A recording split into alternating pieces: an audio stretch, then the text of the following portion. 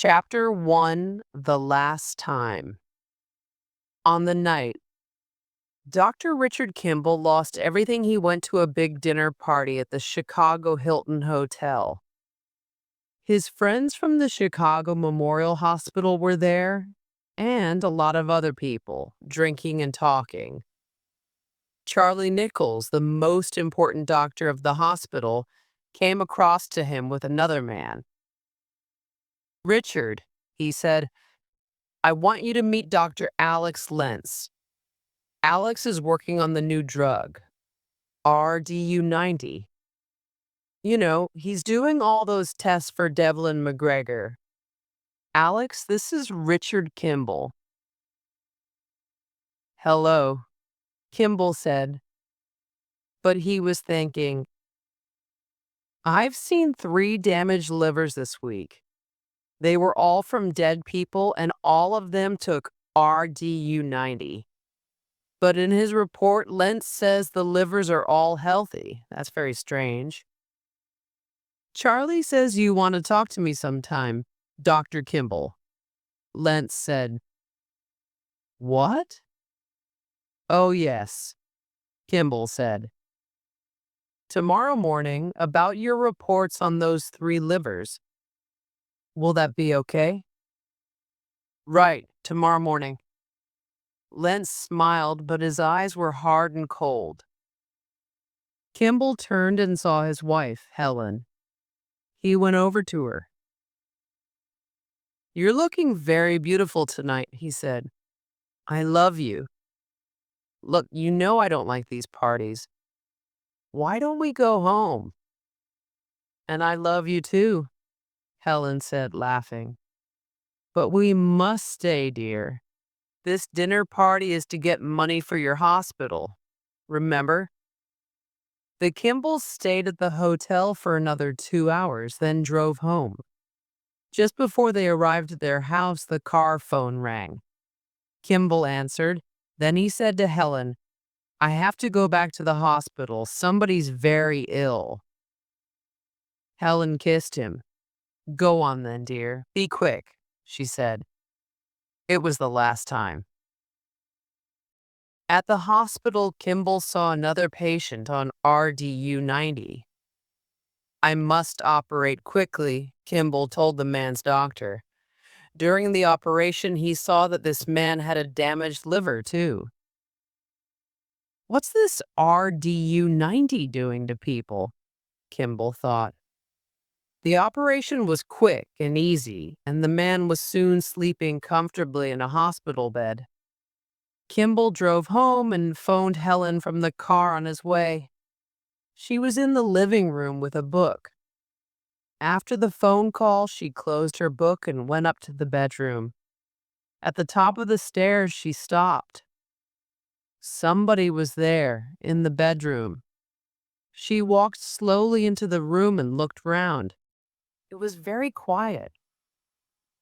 "I'm being stupid," she thought, and opened a cupboard to get her nightclothes. A big hand came out of the dark and hit her hard in the face. She fell back on the bed. There was a man in the room, very big, dressed in black. She got to the phone. It was in her hand. The man shot her in the leg. She screamed. She tried to speak into the phone. Then the man fired again, straight at her head, and everything started to go black. She couldn't see, she couldn't speak. Chapter 2: A One-Armed Man. When Kimble arrived home, he looked for Helen in the living room. Then he went up to the bedroom. "Helen?" he called. "Helen?" She didn't answer, but the light in the bedroom was on. Then Kimble saw the man and he ran in. He hit the man hard and his gun fell on the floor. The man tried to get the gun, but Kimble held onto his arm. It felt cold and hard. He pulled the man's arm and it came off. An artificial arm. The man looked at Kimble. Dark eyes, dark hair. The man hit him hard and Kimble fell to the floor. The man took the artificial arm and ran out. After a few minutes, Kimble moved a little and opened his eyes. Helen was talking into the phone. "Richard, he's trying to kill me," she was saying. Kimble went to her. Her voice went very quiet. Her head fell back on the bed. There was blood everywhere. "Oh, Helen, Helen," Richard said, and touched her face. "Richard, hold me, hold." Her voice died away. The phone fell from her hand. On the phone, somebody said, "Hello? His name is Richard." You said, "Richard? Hello? Hello?" Helen was dead. Richard knew it. He sat next to her body on the bed and started to cry. Later, the police came. There were men and noise everywhere. They took him to the police station. The police put Kimble in prison and asked him lots of questions day after day. At his trial some months later, they said, "Kimble killed his wife. We can't find the man with the artificial arm. Kimble had the same gun that killed his wife, a .38, and she said on the phone, 'I didn't kill my wife,'" Kimble shouted, but nobody listened to him. After several weeks, the trial ended. They sent Kimble back to prison. "You killed your wife and you're going to die for it," they said. Chapter 3. Escape. Kimble was in a bus on the way to Menard Prison in Illinois, the place that they sent all the most dangerous criminals. There were 2 guards from the prison and another prisoner called Copeland in the bus. "I'm going to die soon," Kimble thought, "but I didn't kill Helen." He thought about the man with one arm. "Hey, I'm hungry," Copeland shouted. "It's time to eat. You've got to give us food, and you know it." "Quiet, Copeland," said one of the guards, a young man, but he got some food and came into the back of the bus. Suddenly, Kimble saw a knife in Copeland's hand. "Look out!" he shouted, but Copeland moved fast and the knife went into the young guard's side. He fell to the floor and Copeland took his gun, but the bus was going fast and Copeland fired the gun accidentally. The bullet hit the bus driver and he fell dead. The bus went from side to side on the road and Kimble and Copeland fell down on the floor. Copeland dropped the gun and it went across the floor of the bus into a corner. "Hey, what's going on?" The other guard, an older man, shouted and came into the back of the bus. Copeland went for the gun, but the policeman shot him dead. With a noise of breaking glass and metal, the bus finally crashed onto its side and stopped. After a minute, the older guard moved over to his friend. Then he turned to Kimble. "You're a doctor," he said to Kimble. "Help him, he's hurt badly." Kimble looked at the man and said, "We must take him to a hospital fast." Kimble took the shirt off Copeland and pushed it hard on the big cut on the young man's side. "This'll help," he said. Kimble heard a noise outside, and the bus started to shake. "Where are we?" he asked. The noise grew louder and the bus was shaking harder. The guard looked out of the window into the night. "Oh no!" he shouted. Kimble looked too. They were on a railway line, and the light of a train was coming very fast towards them. The bus started to shake harder and harder as the train came nearer. Kimby ran to the back doors of the bus. He shouted, "Give me your keys." "Quick," He thought, but do I want to live? Then he saw the face of the man with one arm and he thought, yes, I do want to live. I want to find that man. The noise of the train came nearer and nearer. The guard threw his keys to Kimble. But which one? Kimble shouted. This one? Tell me. Yes, yes, quick! Now the light from the train was shining into the bus, and the noise seemed to be all round them. Kimble opened the door, and the older guard suddenly pushed past him and jumped out. Help me! Kimble shouted. Help me with your friend! The train was almost on top of them, as big as a black mountain. The bright lights on the front of it shone straight into his eyes. Do I want to live? Kimble pushed the young guard out of the bus and jumped after him. They went over and over in the dark. The train crashed into the bus. Metal and glass flew everywhere. Red and yellow fire shot up into the black sky through the tall trees. The train came off the line and stopped. Kimble stood up.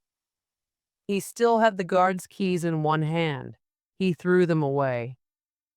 He had a bad cut on one leg, but he knew one thing. He wanted to live now. He wanted to find the man with one arm, Helen's killer. He moved away into the night as quickly as he could. Chapter 4. The search begins. Detective Samuel Gerard looked at the train and the two halves of the bus. There were lights everywhere, a lot of police and a lot of reporters. Too many people, he didn't like it. Newman, Gerard said. Yes, sir. Newman was a tall young man, new to the police, and he wanted to do all the exciting things, but Gerard gave him all the dirty jobs instead. Get down there, Gerard said, where the train hit the bus and look round carefully. Yes, sir. Poole, Gerard said. You come with me. Poole was a black woman, very strong with hard eyes. They walked across to some television lights. The old prison guard from the bus was there. He was sitting on the ground and speaking to the police and reporters. The prisoners are dead, the guard said. I shot Copeland and Kimble died in that bus. Look at it. Did you see Kimble die? Gerard asked him. No, I didn't, but... Then how do you know he's dead? Gerard asked. Suddenly, Newman ran up. Sir, I found these by the railway line. He gave Gerard the keys to the bus. They were near the bus, Newman said. Why were these keys by the line? Gerard asked the older guard angrily. I gave them to Kimble, the guard said. And he got out of the bus, didn't he? Gerard told him. Kimble's alive, Gerard shouted to all the policemen. Search every building and road in 10 kilometers from here. Go!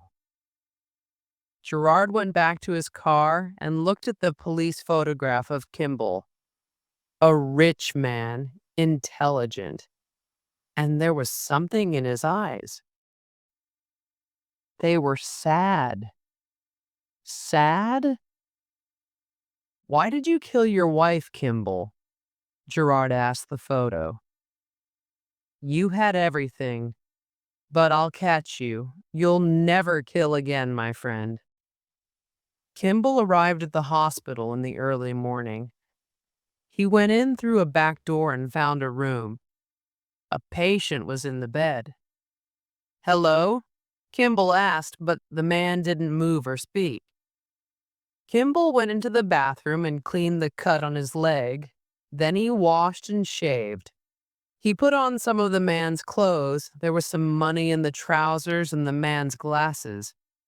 He found a white doctor's coat and he put that on too and walked out of the hospital. At the door, Kimble stopped to help some men to carry a patient into the hospital from an ambulance. "We've just found him, doctor," one of the men said. "He was under that train."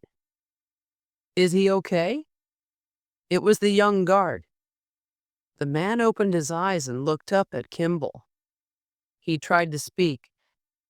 That's, that's, this man's very ill," Kimble said quickly. "Take him to the accident department. Go now. Run." The men carried the young guard away quickly. Kimble took the ambulance and drove away. Gerard was talking to Poole. "Why do you think Kimble killed his wife?" he asked. "Was he angry? Did he want her money?"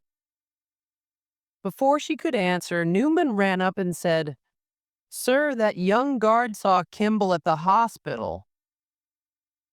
"What time?" "9:30, sir," Newman said.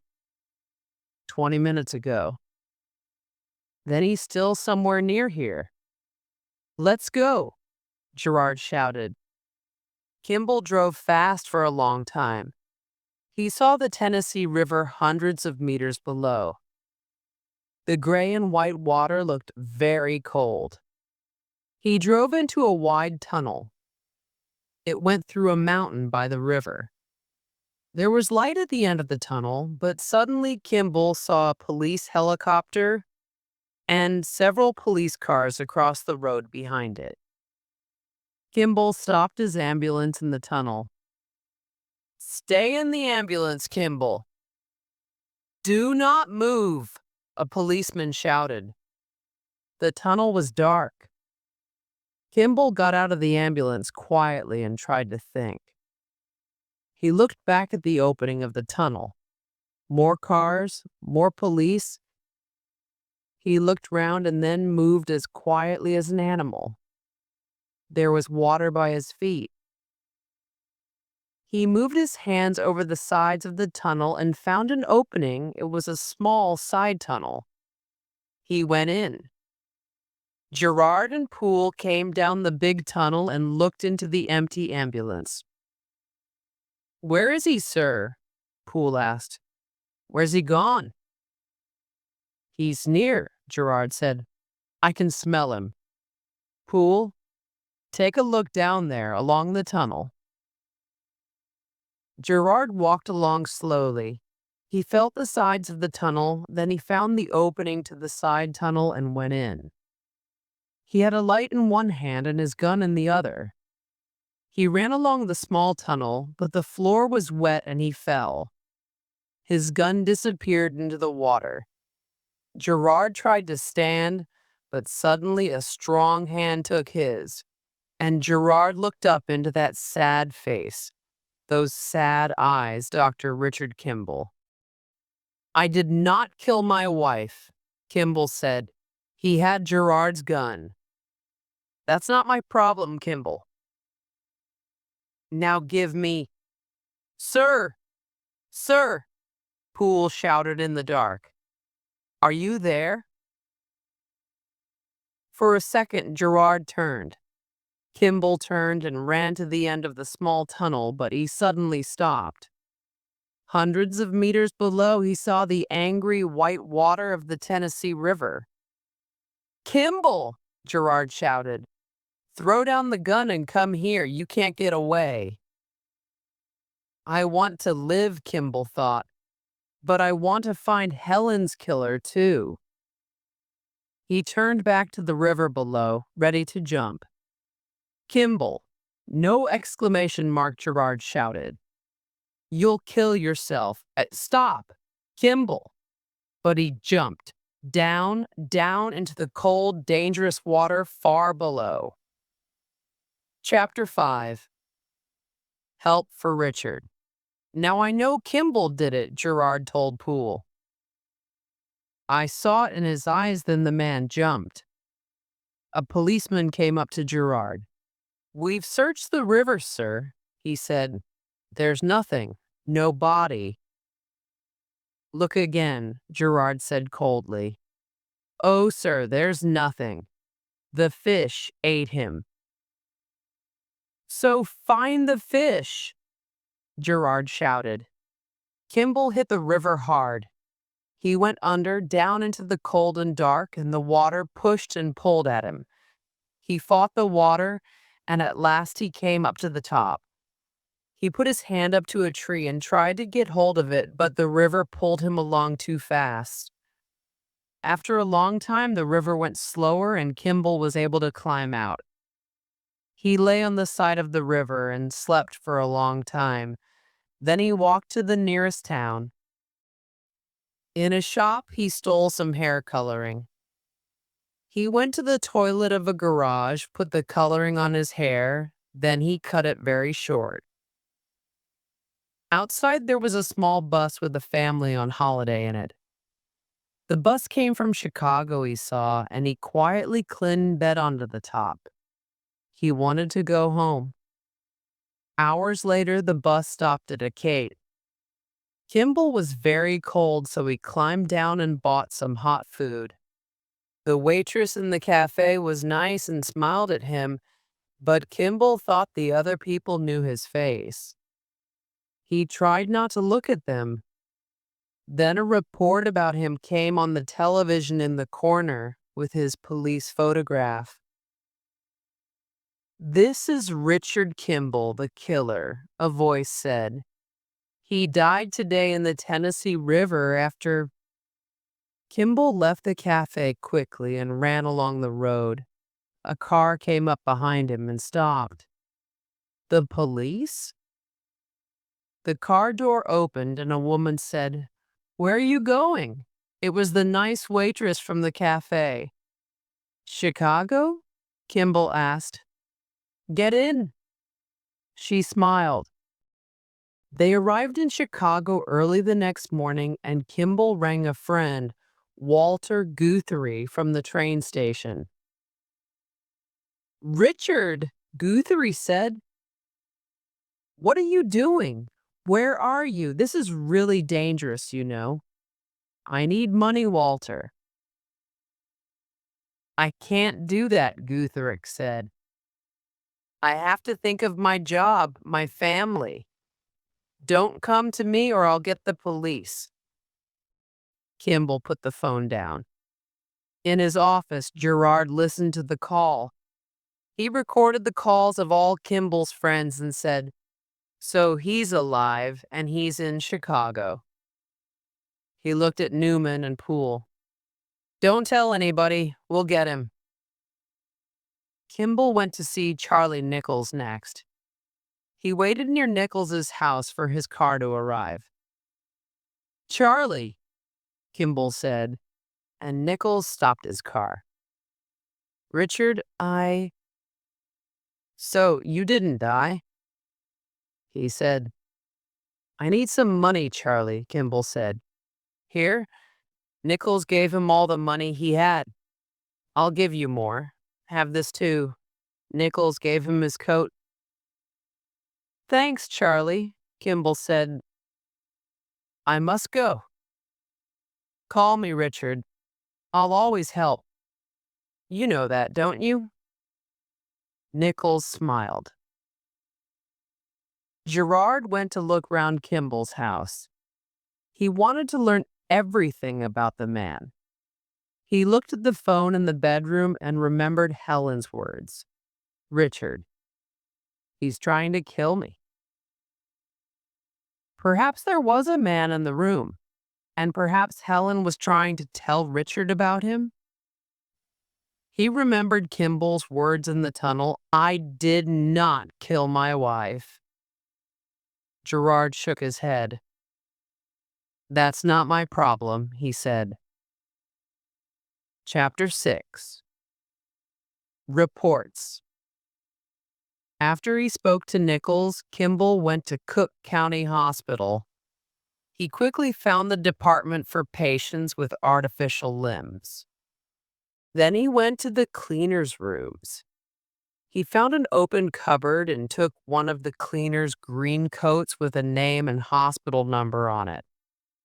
Then he left the hospital and went to a shop to buy some green trousers and some shoes.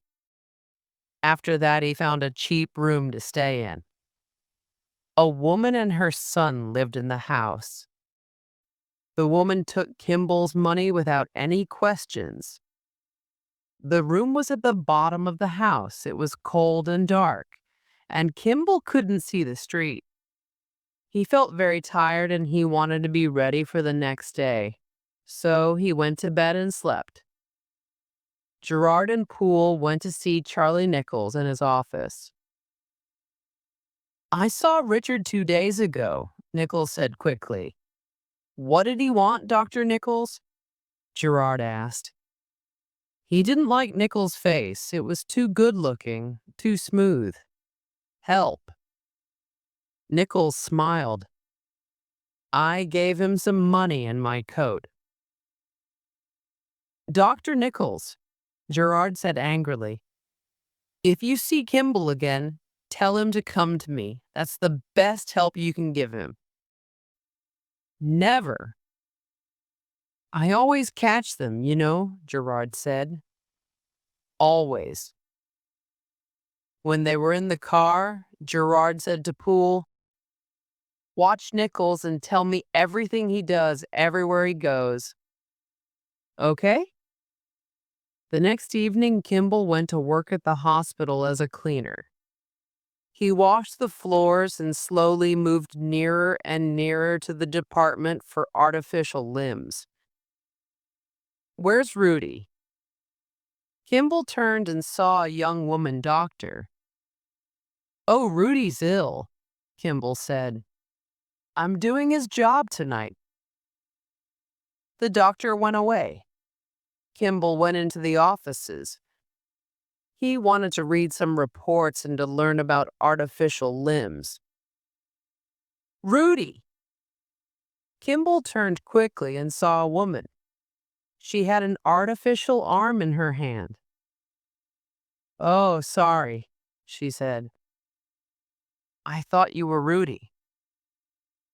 "No, I'm cleaning tonight. I'll come back." "Oh, it's okay. I'm going to be here all night." "I must finish this arm," she said. She went to her desk and Kimble went into a small room to get the reports. He took some of them and put them under his shirt. "What are you doing in here?" It was the woman again. Uh, they told me to clean the windows." "Oh, okay. Do you want some coffee?" "I made a lot." She smiled. "No, thanks," Kimble said. "I have to go." In the elevator, he saw the young woman doctor again. He read her name on her white coat, Dr. Eastman. She wanted to be friendly and said, "How are you? Are you going home now?" Yeah," he said. He didn't look at her. It was too dangerous, but he wanted to. He needed a friend. Back in his cold room, Kimble read all the reports and learned about artificial limbs. He wanted to know what to look for on the computer. Chapter 7. Information. I must get into the computer room, Kimble thought. Look at the reports and finish tonight, or somebody will see my face and know I'm here. When he arrived at the hospital that evening, Kimble saw a lot of police and doctors, and some new patients were coming in after an accident. Dr. Eastman was there. She spoke to him. "This is bad. A bus came off the road. Take this boy up to a bed on the third floor now, will you please?" Kimble went to the elevator. The boy looked dangerously ill, so Kimble carefully touched his sides and his head. He decided that the boy needed an operation immediately. He wrote some information for the doctors on the boy's report, then took him straight to the operating theaters on the fourth floor of the hospital. From the fourth floor, Kimble went quickly to the computer room in the artificial limbs department. He needed to describe Helen's killer, so he put into the computer, "Man, 35 to 40 years. White right arm." The computer answered, "Number of people. 75? 75. Kimble said, "I must give it more information." He put in, "Home, Chicago." The computer answered, "Number of people, 21. "I don't have time to find 21 people," Kimble thought. "What can I do?" Then he remembered, "I broke the top of the man's arm. Perhaps he got a new one here." He put into the computer, "Broken arms, January 21st to February 1st. The computer answered, "Number of people, 5. Kimble wrote the 5 names on a list and left the computer room. Outside, Dr. Eastman stopped him and said, "I went to see that boy, but he wasn't on the 3rd floor." "You took him straight to the operating theater's 4th floor, didn't you? Why? How did you know he needed an operation?" she asked him angrily. "You told me," Kimble said. "No, I did not," she said. "Stay here. I'm going to get the police." But Kimble pushed past her and ran for the door. Gerard sat at home and thought about Kimble. He came back to Chicago to find the man with one arm. Why? 2 answers to that one. First, perhaps Kimble didn't kill his wife. He wants to find the man and bring him into the police. Okay, but second, perhaps Kimble paid this man to kill his wife, and it went wrong. Kimble went to prison, but this man didn't, and now Kimble wants to find him and kill him.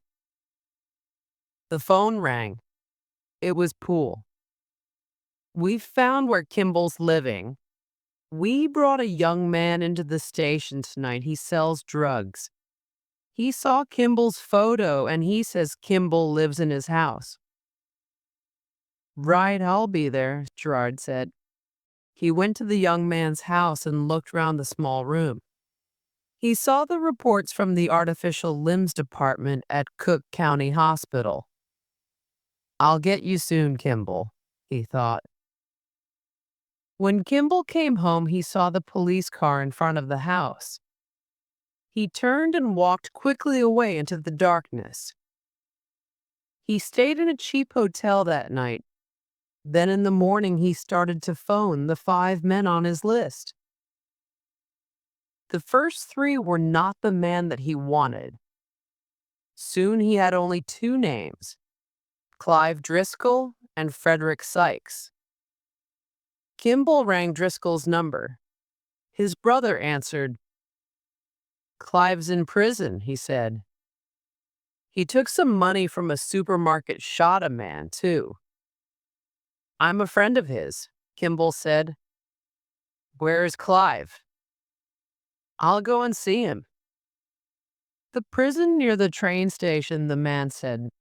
"He's waiting for his trial." Kimble put down the phone. He wanted to visit Clive Driscoll, but it was dangerous to go back to that prison. He was in there before his trial, too. "Perhaps one of the guards will remember me," he thought. "But I've got to go." Chapter 8. Running Again. In the computer room at Cook County Hospital, Gerard got the names of the 21 men in Chicago with artificial right arms. "Talk to all of them," he told Newman and Poole. I'm right, he thought. Kimble is looking for the man with one arm. But does he want to kill him or to bring him into me? I must find Kimble first. Kimble stood in front of the prison near the train station. It was a gray, ugly building. I don't want to go back in there, but he thought. But perhaps Driscoll is the right man. Inside, he went to the elevator and the door opened. It was full of policemen. He got in and tried not to look at them. On the 5th floor, he got out and went to the visitor's room. He thought about the night of Helen's killing, about the man's dark eyes, his cold, hard arm. Was it him here now? Visitor for Driscoll? Table 7, a policeman said. Kimble sat at table 7 and waited with his eyes down. Who are you? A man said. Driscoll. Kimble looked up and saw a small black man. The wrong man. He stood up quickly and walked towards the stairs. He had to get out of the building. At the same time, Gerard, Newman, and Poole walked into the prison to talk to Driscoll. Newman and Poole took the elevator. Gerard went up the stairs. A man ran past him down the stairs. Gerard didn't see his face, but he knew immediately. Kimble, he shouted. Stop! But Kimble didn't stop. He started to run, then went through a door. Gerard found a policeman and told him to close all the doors out of the prison. Kimble ran fast for the front doors. He remembered the night when the train hit the bus, and here was Gerard, the same as the train, very dangerous, very strong, coming at him. The front door started to close. Behind him, Gerard took out his gun and shouted, Stop! Kimble jumped through the front doors, but they closed on his foot. Gerard ran for Kimble, his gun ready, and the words went through his head. Not my problem. Not my Kimble pulled his foot hard, he couldn't move. He pulled again, his foot came free, and the doors closed. Gerard fired his gun 7 times, but the strong glass in the front doors stopped the bullets. Kimble stood up.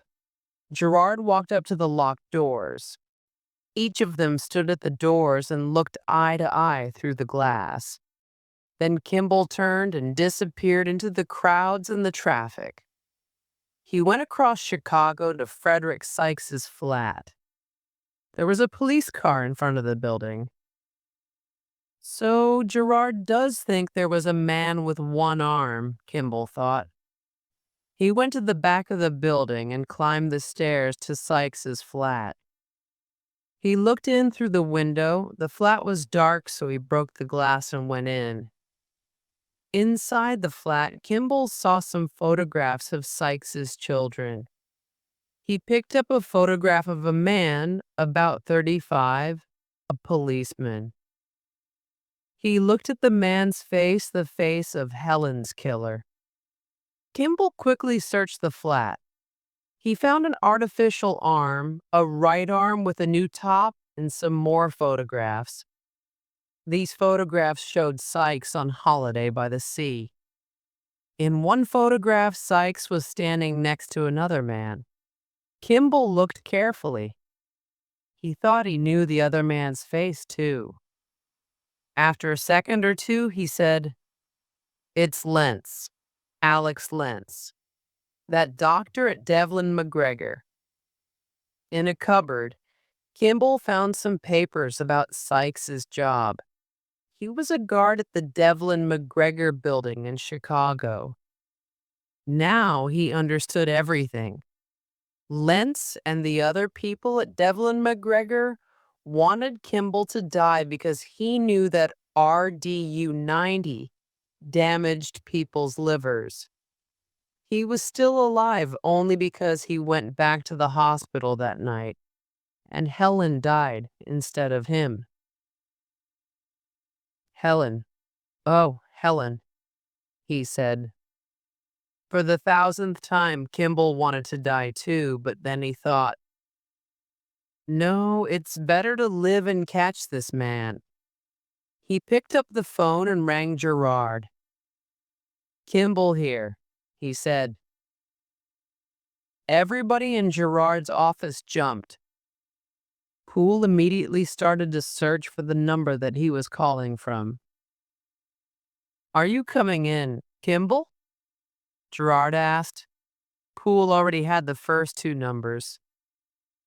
I didn't kill my wife, Kimble said. Not my problem, Gerard said. Where are you? 4 numbers now.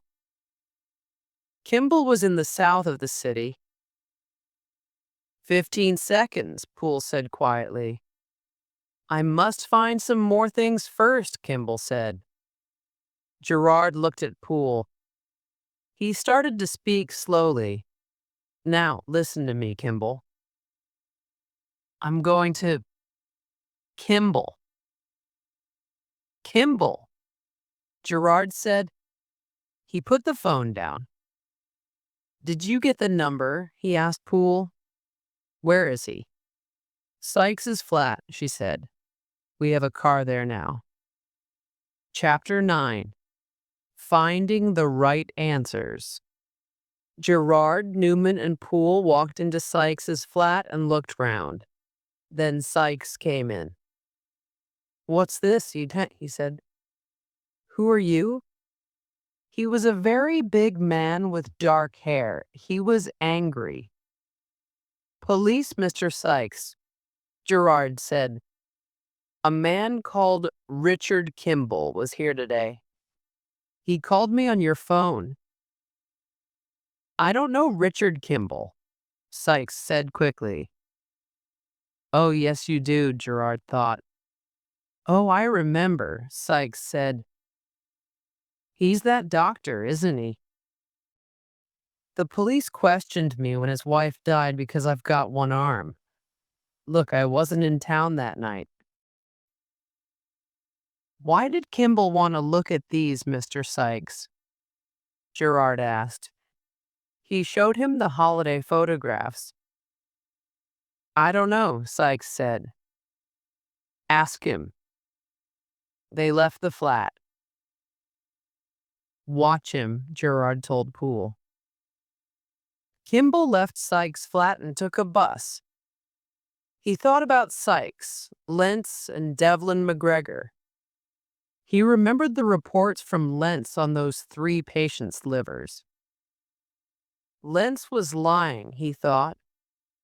He knew those livers were damaged. Devlin-MacGregor can make lots of money from RDU 90, but I knew the drug was dangerous, so they wanted to kill me. Lentz paid Sykes to do it, he thought. Kimble phoned Charlie Nichols. Charlie, I found Helen's killer. Lentz paid a man to kill me because I knew RDU 90 was dangerous. Where is Lentz? I must find him. Nichols did not say anything for a minute. I'm sorry, Richard. Lentz is dead. He had a car accident last year. Kimble thought, how can I catch Sykes now? Then he remembered. I sent a piece of those 3 livers to Kath Walland. She's a very good doctor, and I wanted her to look at the livers too. Perhaps she still has the pieces. I'll go and see her. In his office, Gerard spoke to Poole. We're going to see Nichols. I think he helped Kimble to find his wife's killer, and now I know that was Sykes. Where's Newman? Here, sir, Newman said. Gerard gave him the photo of Sykes on holiday with the other man. I want this other man's name. And find the phone reports for Kimble and Sykes for the past 2 years. Did they talk on the phone? Sykes put a gun in his jacket. Lentz gave me some money to kill Kimble that night, he thought. But Kimble got away and I killed the woman. Too bad. Sykes drank some whiskey. Kimble went to prison and that was okay, but now he's out and he's trying to get me. Sykes drank some more whiskey. So now I have to finish the job. He left the flat. Chapter 10 Lies. Kimble went into the Chicago Memorial Hospital by a back door and spoke to an old friend, Mr. Roosevelt. He worked in the reports department and had all the papers on RDU 90 ready for Kimble. Then Kimble went to see Kath Walland. "Richard," she said, smiling. "It's you." "Kath," he said, "please help me." In his office, Newman looked at the photograph of Sykes and the other man. He wanted to do a good job for Gerard. He looked carefully at the man's shirt and read CMH.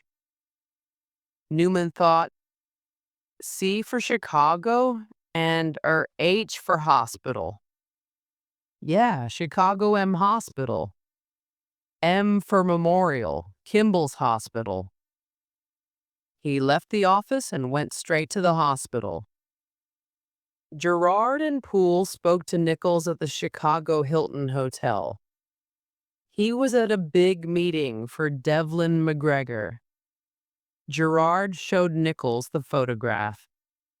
"Do you know these men, Doctor?" Gerard asked.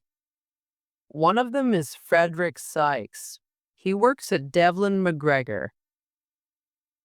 Nichols looked carefully at the photograph of Sykes and Lentz. "I'm sorry," he said. "I don't know either of them." In Kath Walland's office, Kimble looked at the pieces of the 3 livers. "You see," he said, "all these livers are damaged because the patients took RDU 90. But here in Lentz's report, he says that these patients all had healthy livers." Kath looked at the livers, too. "Richard," she said, "all of these livers have von Meyenberg's complex. It's very unusual for 3 patients to have it at the same time. Lentz used the same liver for all his reports. Now you can tell the police that Lentz was lying about the livers and wanted to kill you because you realized that RDU 90 was dangerous." Kimble read lots of other reports about livers and RDU 90. "Kath," he asked, "when did Lentz die? Which month?" "Oh," she said, August last year. Why?" "There are reports here from October, November, and December. Von Meyenberg's complex is an illness of the liver. Only 2 people in 100 have it. All with Lentz's name on," Kimble said. He found the list of the names of the people who had money in Devlin-MacGregor. One of them was Dr. Charles Nichols. Newman phoned Gerard from the hospital and told him the name of the man in the photograph, Alex Lentz. "And, sir," Newman said, "Kimble was here an hour ago and took some reports about RDU 90. A man here, Roosevelt, gave me some more information. Kimble and Nichols both worked with Lentz." "Nichols," Gerard said. "So he did know Lentz." "Good work," Gerard told Newman. "Now get me those phone reports." Kimble got on a train. He tried to think, to understand, but he didn't really want to.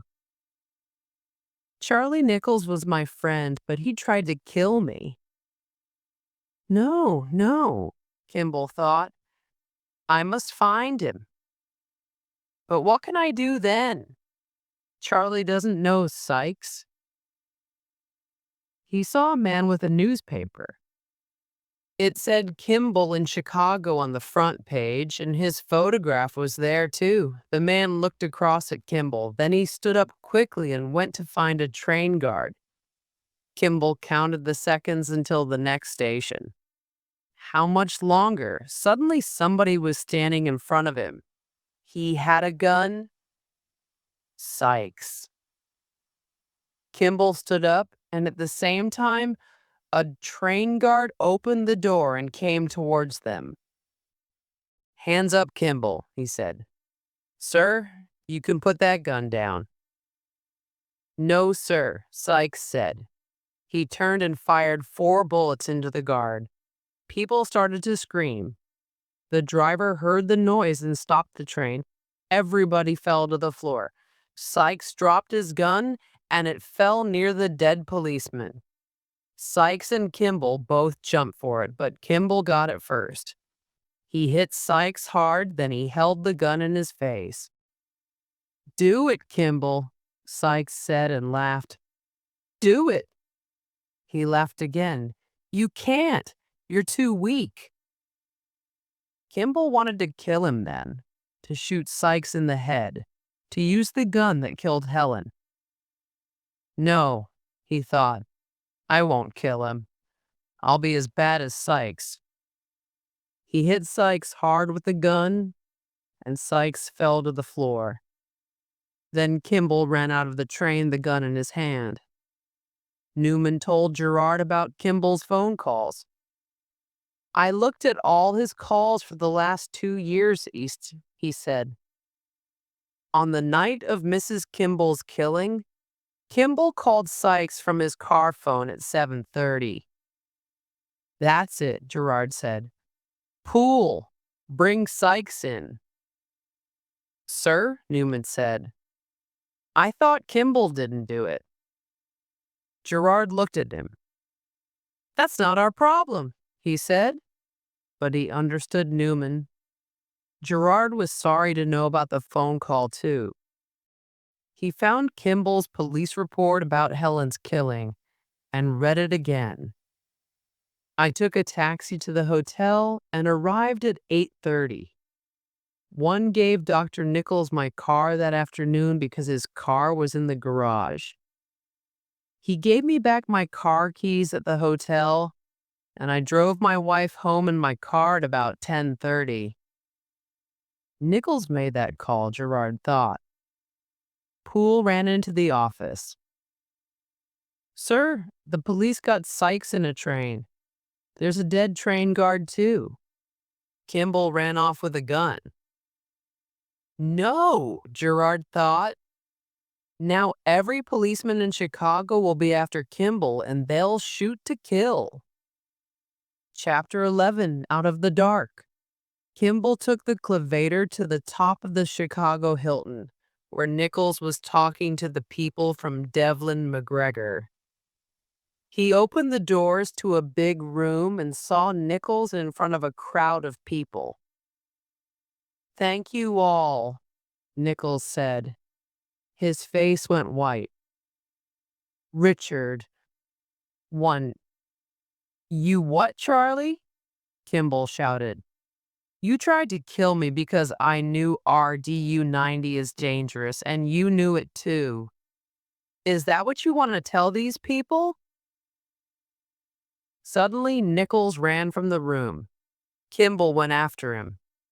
In front of a door, Nichols turned and hit Kimble hard. He fell.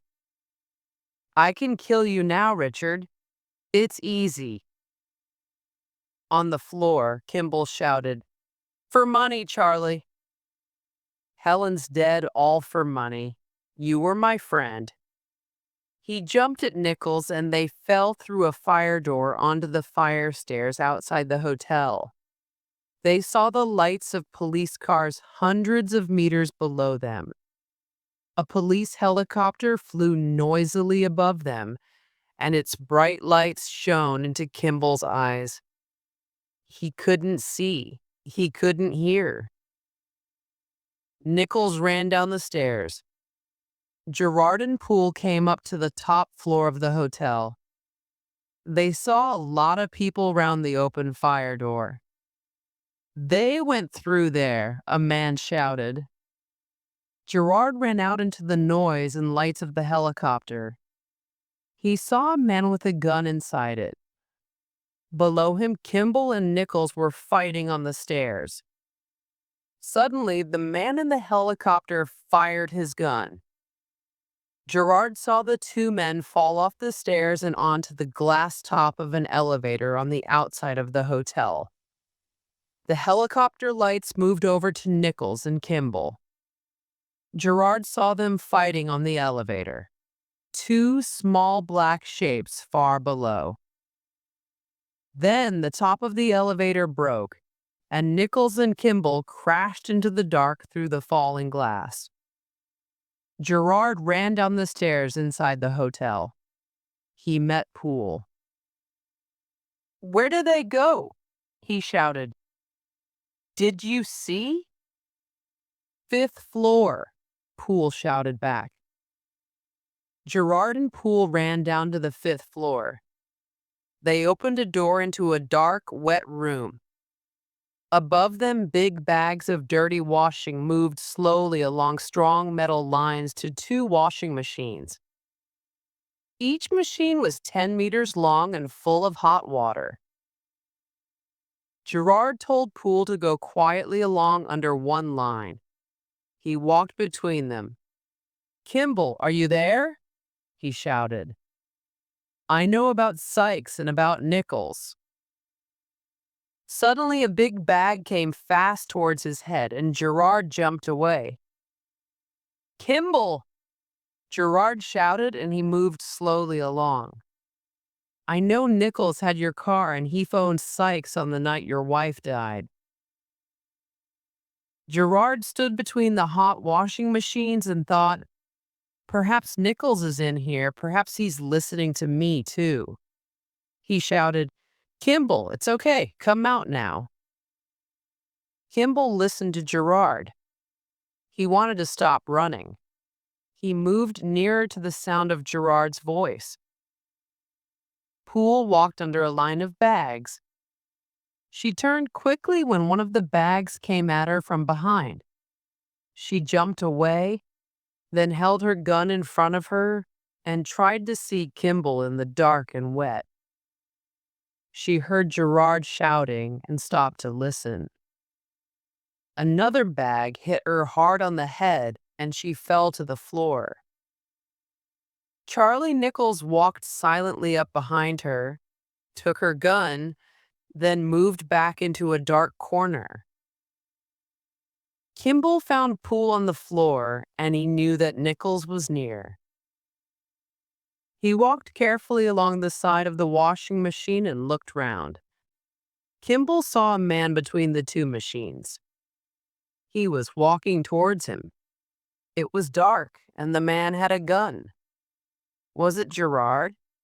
Was it Charlie? Which man wanted to kill him? He didn't move, didn't make a sound. The man came nearer, holding the gun out in front of him. He spoke, "Kimble?" It was Gerard. Then Nichols came fast at Gerard out of the dark.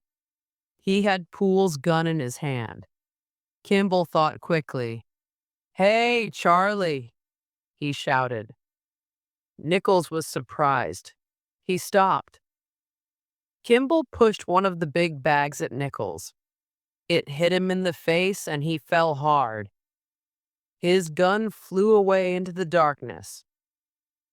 Gerard turned and saw Kimble. Gerard's gun came up. Kimble looked into his cold, hard eyes. He didn't move. He looked at the gun. Gerard smiled. "It's all finished, Kimble. It's okay now. I know Sykes killed your wife, and I know Nichols paid him. Come with me." Kimble looked down at Nichols. He felt his head carefully. No blood. He's okay," he told Gerard. "And I found Poole. She's okay, too." We'll go now, Dr. Kimble, Gerard said. You know, you have good hands. A doctor must have good hands. Kimble smiled. It was all finished. Now he could start to live again.